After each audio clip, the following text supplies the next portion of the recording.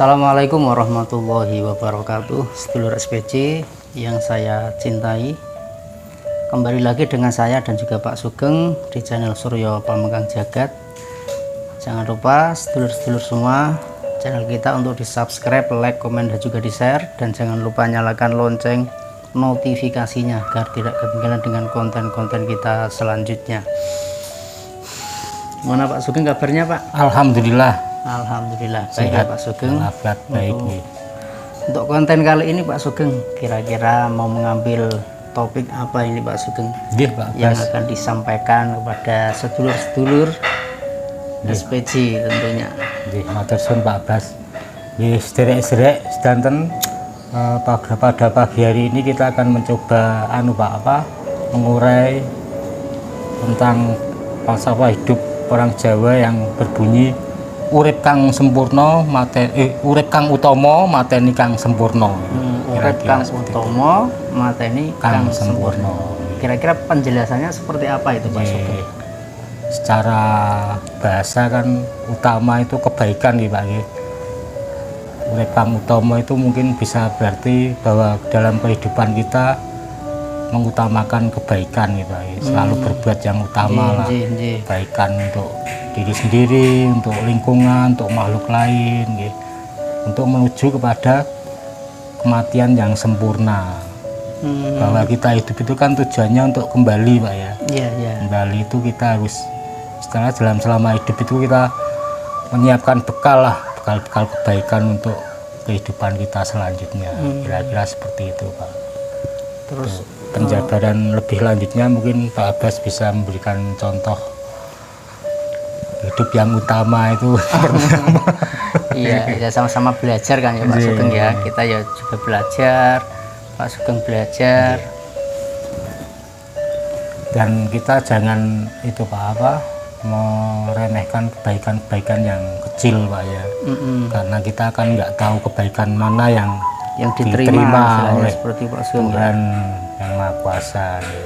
Jadi pada intinya berarti kan kita selama masih diberi kesempatan ini, artinya kesempatan hidup ini agar supaya kita menanam sebuah kebaikan ya, nilai-nilai luhur, nilai-nilai yang itu utama itu ya Pak Sugeng ya, untuk kesempurnaan kelak ketika kita sudah dipanggil oleh Tuhan yang Maha Kuasa gitu ya Pak Sugeng ya.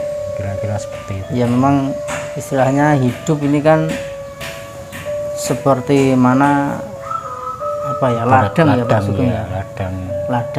Ladang ini tergantung kita tanami dengan apa, dengan hal baik atau hal buruk. Tentunya orang yang menanam keburukan ya akan menuai keburukan, yang menanam kebaikan juga akan menuai kebaikan.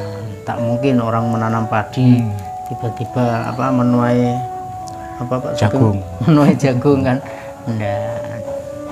Jadi apa yang kita tanam di dunia ini ketika kita masih hidup ya kelak itu pula yang akan kita tuai. Intinya seperti itu ya Pak Sugeng ya. Makanya diajarkan kepada kita semua itu ya agama Islam, ya leluhur-leluhur kita orang Jawa itu mengedepankan nilai-nilai luhur, nilai-nilai yang sangat utama sekali. Karena memang sebuah keyakinan, sebuah keimanan kita kan kita diwajibkan bahwa setelah kita hidup di dunia ini ada kehidupan selanjutnya.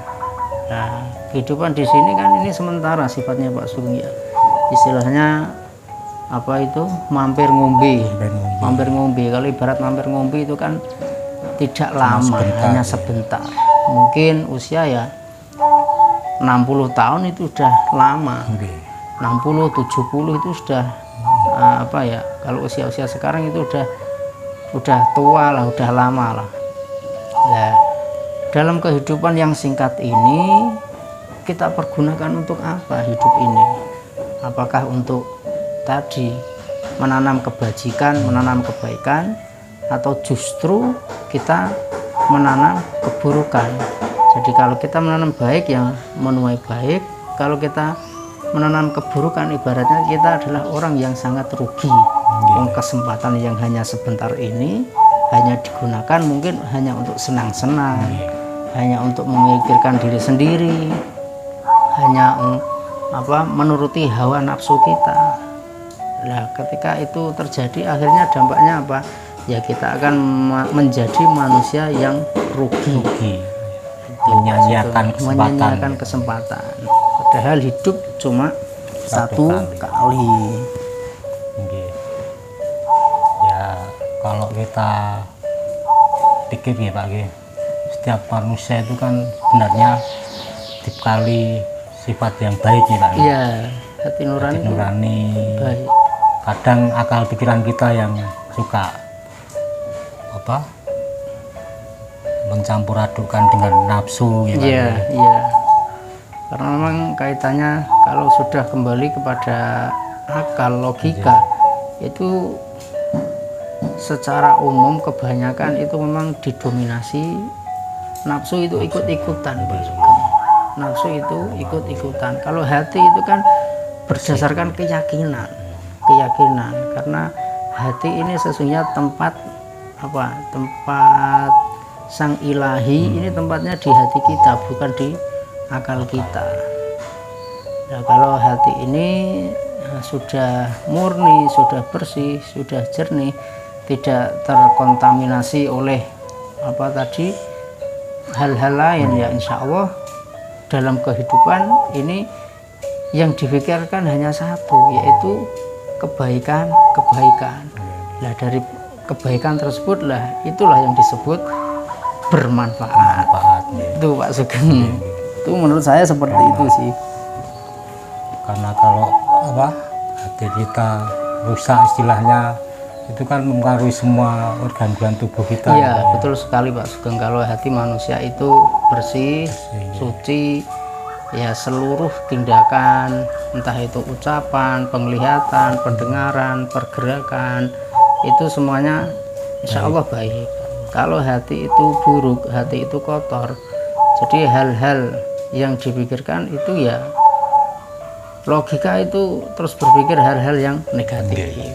Mungkin mulut ini berbicara yang tidak sopan, berkata-kata yang keji, mungkin suka mendengarkan hal-hal yang tidak bagus juga. Kaki kita tiba-tiba mengajak ke tempat-tempat yang melanggar norma-norma, perbuatan tangan kita juga melanggar norma-norma seperti itu Pak Sugeng.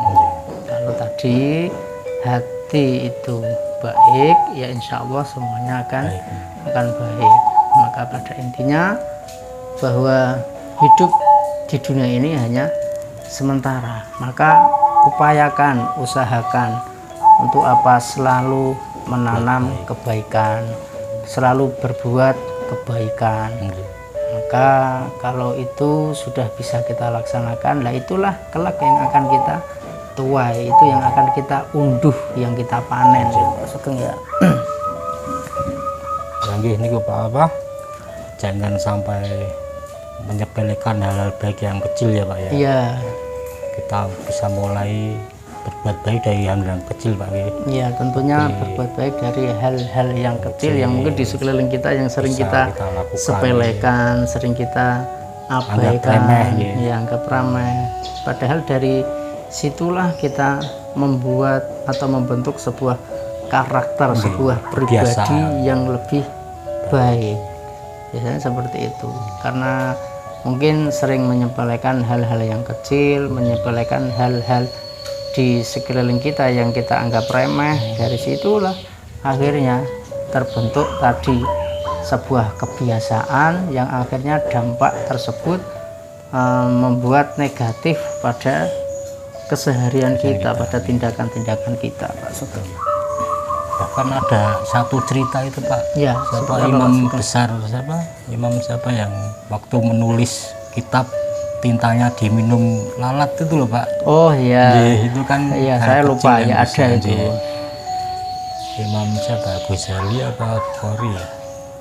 Lupa saya Pak Sugeng. Kan ketika meninggal kan ada yang memimpikan beliau ditanya. Sekarang kamu kok bisa masuk surga, kenapa istilahnya. Saya masuk surga gara-gara saya membiarkan lalat yang minum tinta saya waktu saya menulis kitab gitu kan. Itu kan hal yang kecil kan sebenarnya. Kalau kita orang lalat kan biasanya kita usir, kita bunuh Pak ya kan. Jalan seperti itu kan bisa kita jadikan teladan lah. Kita kan nggak tahu kebaikan mana yang diterima gitu Pak. Betul. Kadang kita berbuat hal yang besar mungkin malah itu ada dalam hati kita ada sedikit riak, sedikit rasa pamer atau kesombongan, meskipun itu sangat samar sekali, itu mengakibatkan perbuatan kita atau kebajikan kita itu tertolak seperti Pak Sugeng. Karena tujuan niatnya itu bukan niat tulus Pak ya, bukan tulus betul sekali Pak Sugeng, untuk Tuhan yang Maha Kuasa. Betul. Jadi para sedulur, intinya seperti itu, bahwa kita hidup di dunia ini hanya sementara, hanya sesaat. Coba kita angan-angan, apakah kita sudah benar-benar dalam hidup ini kita menanam sebuah kebaikan yang tulus, atau justru kita menanam kebaikan itu hanya biar dipandang orang lain, apa karena kita ingin dipuji orang lain. Kalau masih seperti itu, artinya nanti apa yang kita lakukan, apa yang kita perbuat itu menjadi kosong. Jadi kosong, tidak ada isinya, istilahnya itu percuma.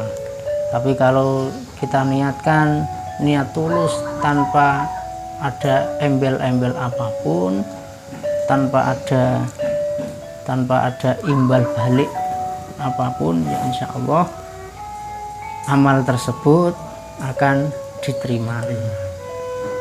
Itu ya Pak Sugeng ya. Jadi tentunya sedulur-sedulur sudah bisa memahami lah hal semacam ini. Tapi memang tidak dipungkiri bahwa nafsu itu mengajak kita kepada hal-hal yang hal-hal yang negatif, hal-hal yang di situ melanggar norma-norma. Maka dari itu kita seringkali mengoreksi diri kita, mengawasi diri kita sendiri, apakah perbuatan kita ini sudah benar-benar murni untuk Tuhan yang Maha Kuasa, atau masih ada indikasi lain, atau masih ada embel-embel lain untuk tujuan tersebut. Jadi intinya seperti itu. Oke dulur-dulur, terima kasih. Ini yang bisa kita uraikan, ya mudah-mudahan bermanfaat ya Pak Sugeng. Amin. Mudah-mudahan bermanfaat untuk kita semua, untuk pribadi saya Pak Sugeng, dan juga untuk dulur-dulur semua. Terima kasih. Assalamualaikum warahmatullahi wabarakatuh.